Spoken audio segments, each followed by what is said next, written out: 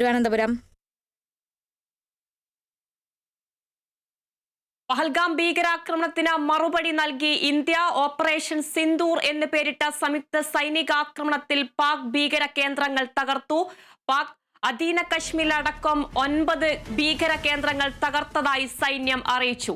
ഭീകരാക്രമണത്തിൽ പാകിസ്ഥാന് പങ്കെന്ന് സൈന്യം വാർത്താ സമ്മേളനത്തിൽ വ്യക്തമാക്കിയിരിക്കുന്നു. വിവരങ്ങളുമായി അതുല്യ രാമചന്ദ്രൻ ചെയ്യുന്നുണ്ട്. അതുല്യ, ശക്തമായ മറുപടിയാണ് ഇന്ത്യ നൽകിയിരിക്കുന്നത്. ഇപ്പോൾ സൈന്യം വ്യക്തമാക്കിയിരിക്കുന്നു എങ്ങനെയാണ് ഓപ്പറേഷൻ സിന്ദൂർ നടത്തിയതെന്ന്. കൂടുതൽ വിവരങ്ങൾ. ആതിര, ഓപ്പറേഷൻ സിന്ദൂറിന് ശേഷം ഇപ്പോൾ തിരിച്ചടി നടത്തിയതിൻ്റെ വിശദാംശങ്ങൾ പുറത്തുവിട്ട് സൈന്യം വാർത്താ സമ്മേളനം നടത്തിയിരിക്കുകയാണ്. 10:30 വാർത്താ സമ്മേളനം ആരംഭിച്ചത്. പാകിസ്ഥാൻ്റെ പേര് എടുത്തു പറഞ്ഞുകൊണ്ട് തന്നെയായിരുന്നു വാർത്താ സമ്മേളനത്തിൽ ഇന്ത്യ ആ ഒരു മറുപടിയെ സ്വാംശീകരിച്ചത്. വിദേശകാര്യ മന്ത്രാലയ വക്താവ് വിക്രം മിശ്രിയും അതുപോലെ തന്നെ കര വ്യോമസേനകളിലെ ഉന്നത പദവികൾ വഹിക്കുന്ന 2 വനിതാ ഉദ്യോഗസ്ഥരുമാണ് ഈ വാർത്താ സമ്മേളനത്തിൽ പങ്കെടുത്തത്. ഓപ്പറേഷൻ സിന്ദൂർ എന്ന് പറയുന്നത് പഹൽഗാം ഭീകരാക്രമണത്തിനുള്ള മറുപടി എന്ന് തന്നെയാണ്, അല്ലെങ്കിൽ സർക്കാരിൻ്റെ ഭാഗത്തു നിന്നുള്ള കൃത്യമായ മറുപടി എന്ന് തന്നെയാണ് ഈ ഒരു വാർത്താ സമ്മേളനത്തിൽ വ്യക്തമാക്കിയത്. വിദേശകാര്യ സെക്രട്ടറിയാണ് വാർത്താ സമ്മേളനം വിളിച്ചു ചേർത്തത്. വിദേശകാര്യ മന്ത്രാലയത്തിൻ്റെ പ്രതിനിധിയായാണ് വിദേശകാര്യ വക്താവായിട്ടുള്ള വിക്രം മിശ്രി പങ്കെടുത്തത്. പാകിസ്ഥാന് തിരിച്ചടി നൽകിയത് കൃത്യമായ വിവരശേഖരണത്തിന് ശേഷമാണ് എന്ന് തന്നെയായിരുന്നു പറഞ്ഞത്. ആദ്യം ഈ ഒരു വാർത്താ സമ്മേളനം ആരംഭിച്ചത് തന്നെ ഇന്ത്യയിൽ ഇതുവരെ ഉണ്ടായിട്ടുള്ള ഭീകരാക്രമണങ്ങളുടെ എല്ലാം തന്നെ ദൃശ്യങ്ങൾ കാണിച്ചുകൊണ്ടായിരുന്നു. പഹൽഗാം, കാർഗിൽ മുതൽ ആരംഭിച്ചതിന് ശേഷം ഈ ഏറ്റവും അടുത്ത് നടന്ന പഹൽഗാമിലെ ഭീകരാക്രമണം വരെയുള്ള വിവിധ ഭീകരാക്രമണങ്ങളുടെ ഇന്ത്യയിലും പാക് അധീന കശ്മീരിലും ഇന്ത്യക്കാർക്കെതിരെയും ഇതുവരെ നടന്നിട്ടുള്ള എല്ലാ ആക്രമണങ്ങളുടെയും ദൃശ്യങ്ങൾ കാണിച്ചുകൊണ്ടായിരുന്നു വാർത്താ സമ്മേളനം ആരംഭിച്ചത്. അതിനുശേഷം ആദ്യമായി സംസാരിച്ചത് വിദേശകാര്യ മന്ത്രാലയത്തിൻ്റെ വക്താവ് വിക്രം മിശ്രി തന്നെയാണ്. അദ്ദേഹം പാകിസ്ഥാൻ്റെ പങ്ക്, ഈ ഒരു പഹൽഗാമിലെ ഭീകരാക്രമണത്തിൽ പാകിസ്ഥാൻ്റെ പങ്ക് എത്രത്തോളം ഉണ്ടായിരുന്നു, അല്ലെങ്കിൽ പാകിസ്ഥാൻ്റെ കൃത്യമായ പങ്കുണ്ട് എന്ന് ഉറപ്പിച്ച് തന്നെ പറയുകയാണ് അദ്ദേഹം ചെയ്തത്. അദ്ദേഹത്തിന് ശേഷം കരസേനയുടെ ഭാഗത്തു നിന്ന് കേണൽ സോഫിയ ഖുറേഷി തിരിച്ചടിയുടെ അതിൻ്റെ സാങ്കേതികമായ വശങ്ങൾ വിശദീകരിച്ചു. കൃത്യമായ വിവരശേഖരണത്തിന് ശേഷമാണ് പാകിസ്ഥാന് തിരിച്ചടി നൽകിയത് എന്നാണ് സോഫിയ ഖുറേഷി വ്യക്തമാക്കിയത്. പാകിസ്ഥാനിലെ 9 ഭീകര ക്യാമ്പുകളാണ് തകർത്തത്. സാധാരണക്കാരായ ആരും തന്നെ ആക്രമണത്തിന് ഇരയായിട്ടില്ല എന്ന് ഉറപ്പിച്ചിട്ടുണ്ട് എന്നും കേണൽ സോഫിയ ഖുറേഷി വ്യക്തമാക്കി. അതോടൊപ്പം തന്നെ പഹൽഗാമിലെ ഭീകരാക്രമണത്തിൽ കൊല്ലപ്പെട്ടവർക്ക് നീതി ഉറപ്പാക്കാൻ കഴിഞ്ഞു എന്നാണ് വ്യോമസേനയുടെ വിംഗ് കമാൻഡർ വ്യോമിക സിംഗ് പ്രതികരിച്ചത്. പഹൽഗാമിലെ ആക്രമണത്തെക്കുറിച്ച് വിശദീകരിച്ചുകൊണ്ടാണ് വിദേശകാര്യ സെക്രട്ടറി സംസാരിച്ചത്. കൃത്യമായി പഹൽഗാമിൽ എന്താണ് നടന്നത് എന്നതിനെക്കുറിച്ച് ഒരു വിശദീകരണം നൽകിയതിനു ശേഷമാണ് അദ്ദേഹം ഈ ഒരു വാർത്താ സമ്മേളനത്തിലേക്ക് കടന്നത്. ബൈസരൻ വാലിയിലെ ആക്രമണം, അല്ലെങ്കിൽ പഹൽഗാമിലെ ആക്രമണം എന്ന് പറയുന്നത് കൃത്യമായി സമാധാനത്തെ ഇല്ലാതാക്കാനും അതുപോലെ തന്നെ കശ്മീരിലെ പ്രധാനപ്പെട്ട മേഖലയായിട്ടുള്ള ടൂറിസത്തെ ഇല്ലാതാക്കിക്കൊണ്ട് കശ്മീരിൻ്റെ സാമ്പത്തിക വളർച്ച തടയാനുള്ള ശ്രമമായിരുന്നു നടത്തുന്നത് എന്നുമാണ് അദ്ദേഹം പറഞ്ഞത്. പാകിസ്ഥാനിൽ നിന്നും ലഷ്കർ എ തൊയ്ബയാണ് എന്ന് ഈ ആക്രമണത്തിന് പിന്നിൽ എന്നും അദ്ദേഹം പറയുകയുണ്ടായി. സംഘർഷം ശക്തമാകാൻ സാധ്യതയുണ്ട് എന്ന് വ്യക്തമാക്കിക്കൊണ്ടാണ് വിദേശകാര്യ വക്താവ്, അല്ലെങ്കിൽ വിദേശകാര്യ മന്ത്രാലയത്തിൻ്റെ വക്താവ് അദ്ദേഹം വാർത്താ സമ്മേളനം അവസാനിപ്പിക്കുന്നത്. കൃത്യമായി ഒരു നിലവിൽ അതിർത്തിയിലുണ്ടായിരുന്ന ആ ഒരു ഇപ്പോഴുള്ള സംഘർഷാവസ്ഥ, അല്ലെങ്കിൽ ഇപ്പോൾ നിലനിൽക്കുന്ന ആ ഒരു അവസ്ഥ കൂടുതൽ വഷളാവാൻ സാധ്യതയുണ്ട് എന്ന് തന്നെയാണ് കൃത്യമായ സൂചനകൾ അദ്ദേഹം നൽകിയിരുന്നു. ഇന്ത്യയെ സംബന്ധിച്ചിടത്തോളം ജമ്മു കശ്മീരിലെ സമാധാനം തകർക്കുക എന്നതാണ് അക്രമികൾ ലക്ഷ്യം വെച്ചത്. ആക്രമണത്തിന് ശേഷവും പാകിസ്ഥാൻ ഭീകരവാദികൾക്ക് നേരെ നടപടിയെടുത്തില്ല, പകരം ഇന്ത്യക്കെതിരെ കൂടുതൽ ആരോപണങ്ങൾ ഉന്നയിക്കുകയാണ് പാകിസ്ഥാൻ ചെയ്തത് എന്നാണ് അദ്ദേഹം പറഞ്ഞത്. ജമ്മു കശ്മീരിലെ സമാധാനം തകർക്കുക എന്നത് ഭീകരവാദത്തിൻ്റെ കൃത്യമായ തെളിവാണ്. ആ ഭീകരവാദത്തിനെതിരെ നടപടിയെടുക്കാൻ ഒരു രാജ്യം എന്ന നിലയിൽ ഇന്ത്യക്ക് അവകാശമുണ്ട്. ഭീകരവാദത്തെ തടുക്കാനുള്ള നടപടിയാണ് ഇപ്പോൾ സ്വീകരിച്ചത്. ഇത്തരത്തിൽ രാജ്യത്തിൻ്റെ അഖണ്ഡതയെ തകർക്കുന്ന ഭീകരവാദമോ അത്തരത്തിലുള്ള ഏത് വിഭിന്ന പ്രവർത്തനങ്ങളോ ആയിക്കൊള്ളട്ടെ, അവയെ പ്രതിരോധിക്കാനുള്ള അവകാശം ഏതൊരു രാജ്യത്തിനും ഉണ്ട് എന്നും ആ അവകാശം വിനിയോഗിക്കുകയാണ് ഇന്ത്യ ചെയ്തത് എന്നുമാണ് വിദേശകാര്യ വക്താവ് വിക്രം മിശ്രി പറഞ്ഞത്. പെഹൽഗാമിലേത് ഒരു പൈശാചികമായിട്ടുള്ള ആക്രമണമായിരുന്നു എന്നും അതിർത്തി കടന്നുകൊണ്ട് പാകിസ്ഥാൻ്റെ ഒത്താശയോടെ നടത്തിയ ആക്രമണത്തിന് ഇന്ത്യ മറുപടി നൽകി. പക്ഷേ എങ്കിലും ഇന്ത്യ അതിർത്തി കടന്ന് പാകിസ്ഥാൻ നടത്തിയതുപോലെ ഒരു ആക്രമണമല്ല തിരിച്ചു നടത്തിയത് എന്നുകൂടി അദ്ദേഹം വ്യക്തമാക്കുകയുണ്ടായി. അതിനുശേഷം സംസാരിച്ച കേണൽ സോഫിയ ഖുറേഷിയും അതുപോലെ തന്നെ വ്യോമസേനയുടെ ഭാഗത്തു നിന്ന് വിംഗ് കമാൻഡർ വ്യോമിക സിംഗും വിദേശകാര്യ മന്ത്രാലയത്തിൻ്റെ വിശദീകരണത്തിന് ശേഷം എങ്ങനെയാണ് ഈ ഒരു ആക്രമണം നടത്തിയത് എന്നത് കൃത്യമായി സാങ്കേതികമായിട്ടുള്ള തെളിവുകൾ അല്ലെങ്കിൽ സാങ്കേതികമായിട്ടുള്ള ചിത്രങ്ങളുടെയും മാപ്പുകളുടെയും അടക്കം സഹായത്തോടുകൂടി വിശദീകരിക്കുകയാണ് ചെയ്തത്. അതിൽ കൃത്യമായി എത്ര ക്യാമ്പുകളാണ് ആക്രമിച്ചത്, ഓരോ ക്യാമ്പുകളിലും ഏത് തലവന്മാരാണ് ഉണ്ടായിരുന്നത് മുതലായ വിവരങ്ങളെല്ലാം തന്നെ കൃത്യമായ സാറ്റലൈറ്റ് സംവിധാനത്തിൻ്റെ അല്ലെങ്കിൽ സാറ്റലൈറ്റ് മാപ്പുകൾ അടക്കം ഉപയോഗിച്ചുകൊണ്ടാണ് അവർ വിശദീകരിച്ചത്. ബവാൽപൂർ, മുരിദ്കെ അതുപോലെ തന്നെ അതിർത്തിയിലുള്ള മറ്റ് 9 ക്യാമ്പുകൾ വളരെ കൃത്യമായി തന്നെ ഈ മാപ്പുകളിൽ അടയാളപ്പെടുത്തപ്പെട്ടിരുന്നു. ഓരോ ക്യാമ്പുകളിലും ഉണ്ടായിരുന്ന ഭീകരവാദികൾ അല്ലെങ്കിൽ ഭീകരവാദ തലവന്മാർ ആരെല്ലാം ആയിരുന്നു എന്നത് കൃത്യമായി തന്നെ ഐഡൻറ്റിഫൈ ചെയ്ത ശേഷമാണ് ഇത്തരത്തിൽ ഈ ഒരു തിരിച്ചടി നടത്തിയിട്ടുണ്ടായിരുന്നത്.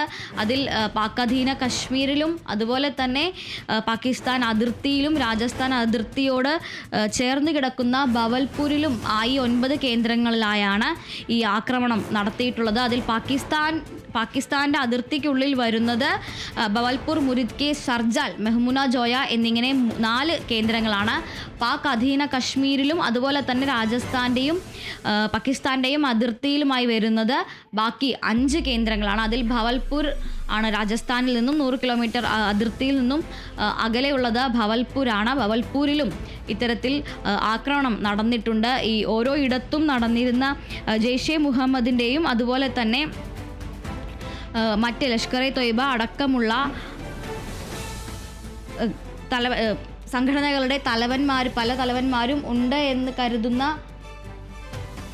ക്യാമ്പുകളാണ് പാകിസ്ഥാനിൽ ഇപ്പോൾ ആക്രമിക്കപ്പെട്ടിരിക്കുന്നത്. ഈ ആക്രമണത്തിൻ്റെ വിശദാംശങ്ങളാണ് സംയുക്ത വാർത്താ സമ്മേളനത്തിൽ സൈന്യവും കരസേനയും വ്യോമസേനയും അതുപോലെ വിദേശകാര്യ മന്ത്രാലയവും സംയുക്തമായി നടത്തിയ വാർത്താ സമ്മേളനത്തിൽ അതിൻ്റെ ഒരു കൃത്യമായ വിശദാംശങ്ങളാണ് പങ്കുവച്ചത്.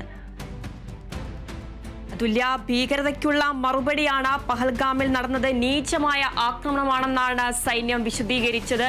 26 പേരുടെ മരണത്തിനിടയാക്കിയ ഒരു സാഹചര്യത്തിൽ ഒരു കനത്ത തിരിച്ചടി തന്നെയാണ് ഓപ്പറേഷൻ സിന്ദൂരിലൂടെ ഇന്ത്യ നൽകിയിരിക്കുന്നത്. കനത്ത ജാഗ്രതയിലാണ് അതിർത്തി അടക്കമുള്ളതല്ലേ?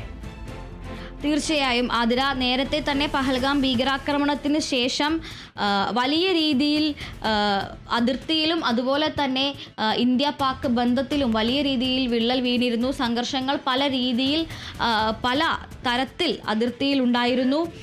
ആദ്യഘട്ടത്തിൽ പാക് അധീന കശ്മീരിലും അതുപോലെ തന്നെ നിയന്ത്രണ രേഖയിലും വെടിവെപ്പുകളും ഭീകരാക്രമണങ്ങളും വളരെ പെട്ടെന്ന് സജീവമാവുകയാണ് ഉണ്ടായിരുന്നത്. അതിനെല്ലാം എതിരെ ഇന്ത്യ നയതന്ത്രപരമായിട്ടുള്ള ഒരു തിരിച്ചടി അല്ലെങ്കിൽ മറുപടിയിലേക്കാണ് ആദ്യം കടന്നത്.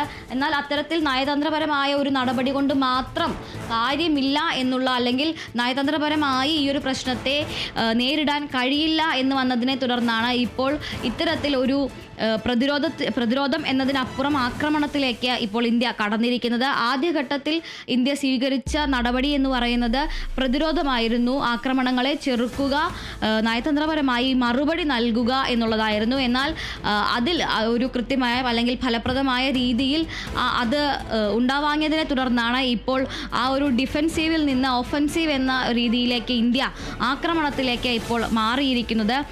മുൻപ് പുൽവാമയിൽ ഉണ്ടായ ആക്രമണത്തിന് ശേഷവും സമാനമായ രീതിയിൽ ഒരു സർജിക്കൽ സ്ട്രൈക്കുമായി ഇന്ത്യ എത്തിയിരുന്നു. ഇപ്പോൾ അത്തരത്തിലൊരു സർജിക്കൽ സ്ട്രൈക്കിലൂടെയാണ് ഭീകരതയ്ക്ക് മറുപടി നൽകിയിരിക്കുന്നത്. ഒരൊറ്റ രാത്രി കൊണ്ട് 9 ഭീകരരുടെ കേന്ദ്രങ്ങളാണ് ഒറ്റയടിക്ക് ഇല്ലാതാക്കിയിരിക്കുന്നത്. പ്രത്യേകിച്ചും ഇന്ന് ഒരു മോക്ക് ഡ്രിൽ നടക്കാനിരിക്കെ, ഇന്നും നാളെയുമായി മോക്ക് ഡ്രില്ലുകൾ രാജ്യമെമ്പാടും നടക്കാനിരിക്കെയാണ് അതിന് മണിക്കൂറുകൾ മുൻപ് ഇത്തരത്തിലൊരു ആക്രമണം നടത്തിയിരിക്കുന്നത്. കൃത്യമായ ഒരു സ്ട്രാറ്റജിക്കൽ പ്ലാനിങ്ങോടുകൂടിയാണ് ഇത് നടത്തിയിരിക്കുന്നത് എന്നുള്ളതാണ്. അതിർത്തിയിൽ ഒരു സൈനികാഭ്യാസം നടക്കാൻ പോകുന്നു, അല്ലെങ്കിൽ ഒരു പരിശീലനം, അതിൻ്റെ ഭാഗമായുള്ള അഭ്യാസം നടക്കാൻ പോകുന്നു എന്ന തോന്നൽ ഉണ്ടാക്കിയതിന് ശേഷമാണ് ഈ ഒരു ആക്രമണം നടത്തിയിരിക്കുന്നത്. അതിർത്തിയിൽ ഏതെങ്കിലും തരത്തിലുള്ള അനക്കങ്ങൾ ഉണ്ടായാൽ പോലും അതൊരു പക്ഷേ സൈനികാഭ്യാസത്തിന് മുന്നോടിയായിട്ടുള്ള അല്ലെങ്കിൽ പരിശീലനത്തിൻ്റെ ഭാഗമായുള്ള നീക്കങ്ങളാണ് എന്നൊരു തോന്നൽ അവരിൽ ഉണ്ടാക്കിയ ശേഷമാണ് അപ്രതീക്ഷിതമായിട്ടുള്ള ഇന്ത്യൻ സൈന്യത്തിൻ്റെ തിരിച്ചടി. അതുകൊണ്ട് തന്നെ ഈ ഭീകരാക്രമണ കേന്ദ്രങ്ങളെ വേരോട് തന്നെ ഇല്ലാതാക്കാൻ, അതായത് അവയുടെ എവിടെ നിന്നാണോ അവ മുളച്ചു വരുന്നത് അവിടെ തന്നെ ഇല്ലാതാക്കാനുള്ള ശ്രമത്തിലെ ആദ്യ പടിയായി ഇതിനെ കാണാം.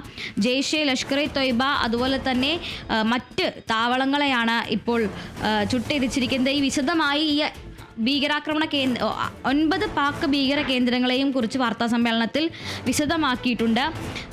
ബഹവൽപൂരിലുള്ള മർക്കസ് സുബ്ഹാന എന്ന ഭീകരവാദി കേന്ദ്രം ഏതാണ്ട് ഒരു 9 വർഷത്തോളമായി പ്രവർത്തിച്ചു വരുന്നതാണ്. പലതവണയായി ഇൻ്റലിജൻസ് അതുപോലെ തന്നെ മറ്റ് രഹസ്യാന്വേഷണ ഏജൻസികൾ വിവരങ്ങൾ കൈമാറിയിട്ടുള്ളതാണ്. ജെയ്ഷെ മുഹമ്മദ് ഭീകരരുടെ പ്രധാന പരിശീലന കേന്ദ്രമായാണ് മർക്കസ് സുബ്ഹാനല്ല അറിയപ്പെടുന്നത്. ജെയ്ഷെ തലവനായിട്ടുള്ള മൗലാന മസൂദ് അഷർ അടക്കമുള്ള ഭീകര നേതാക്കളാണ് അവിടെയുള്ളത്. സപാൽ മിസൈലുകൾ അയച്ചുകൊണ്ടാണ് മർക്കസ് സുബ്ഹാനല്ലയിൽ ആക്രമണം നടത്തിയത്. അതുപോലെ തന്നെ ലഷ്കർ ഇ ഭീകരരുടെ പ്രധാന പരിശീലന കേന്ദ്രം എന്ന രീതിയിലായിരുന്നു പാക് പഞ്ചാബ് അതിർത്തിയിലുള്ള മുരിഡ്കെ നഗരത്തിലുള്ള മർക്കസ് തൊയ്ബ കേന്ദ്രം. ഈ മുരിഡ്കയിലുള്ള കേന്ദ്രം 2000 മുതൽ അല്ലെങ്കിൽ 20-ലധികം വർഷമായി ഭീകരർക്ക് പരിശീലനം നൽകുന്ന അല്ലെങ്കിൽ ഇന്ത്യയുടെ ഹിറ്റ് ലിസ്റ്റിൽ ഉള്ള സ്ഥലമാണ്.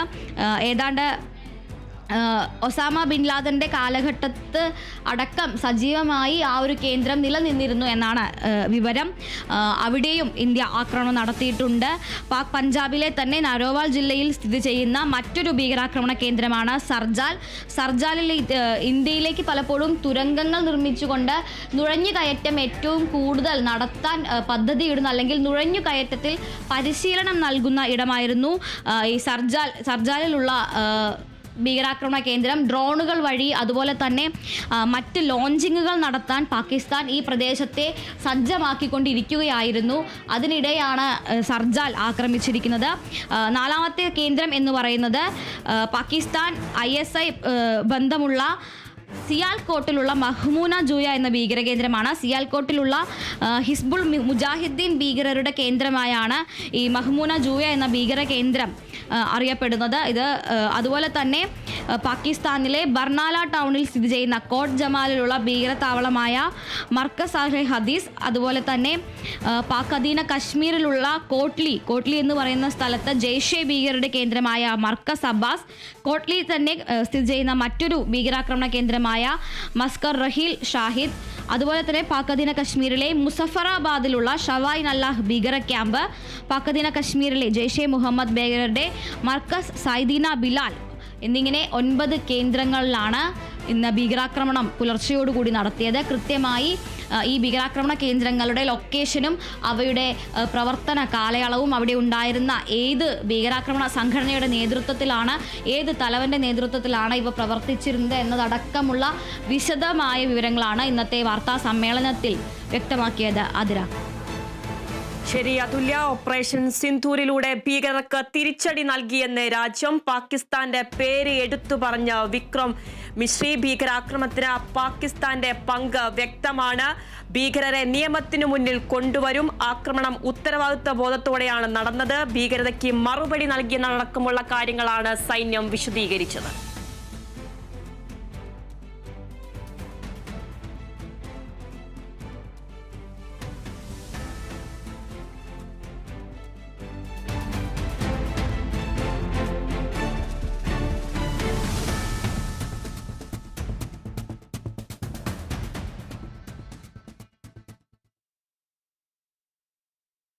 അതിർത്തിയിൽ ഷെല്ലാക്രമണം നടത്തി പാകിസ്ഥാൻ. ഷെല്ലാക്രമണത്തിൽ 3 പേർ കൊല്ലപ്പെട്ടു. പാക് ഷെല്ലാക്രമണത്തിൽ വീടുകൾ തകരുകയും തീ പിടിക്കുകയും ചെയ്തു.